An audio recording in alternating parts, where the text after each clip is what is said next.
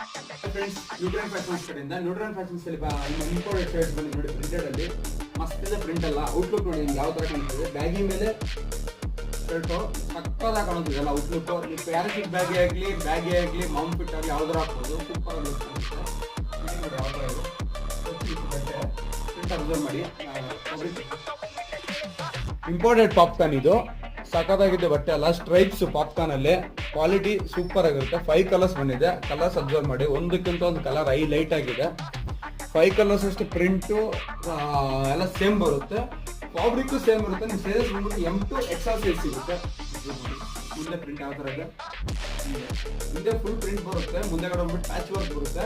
ಸಖತ್ತಾಗಿ ಕಾಣಿಸ್ತಿದೆ ವರ್ಕ್ ಎಲ್ಲ. ನಿಮಗೆ ಪ್ರಿಂಟ್ ಹೋಗೋದು ಎಲ್ಲ ಆ ಥರ ಪ್ರಾಬ್ಲಮ್ ಇರಲ್ಲ ನಿಮಗೆ. ಕಲರ್ ಸಿಂಕ್ ಆಗೋದು ಶೇಡ್ ಆಗೋದು ಪ್ರಾಬ್ಲಮ್ ಇಲ್ಲ. 3 ಸೈಜ್ ಸಿಗುತ್ತೆ. ಪ್ರೈಸ್ ಬೇಕಂದ್ರೆ ನಿಮಗೆ 550 rupees ಅಷ್ಟೇ, ತುಂಬ ಕಡಿಮೆ ಪ್ರೈಸ್ಗೆ. ಫ್ಯಾನ್ಸಿ ಶರ್ಟ್ಸ್ ಎಲ್ಲ ನಿಮಗೆ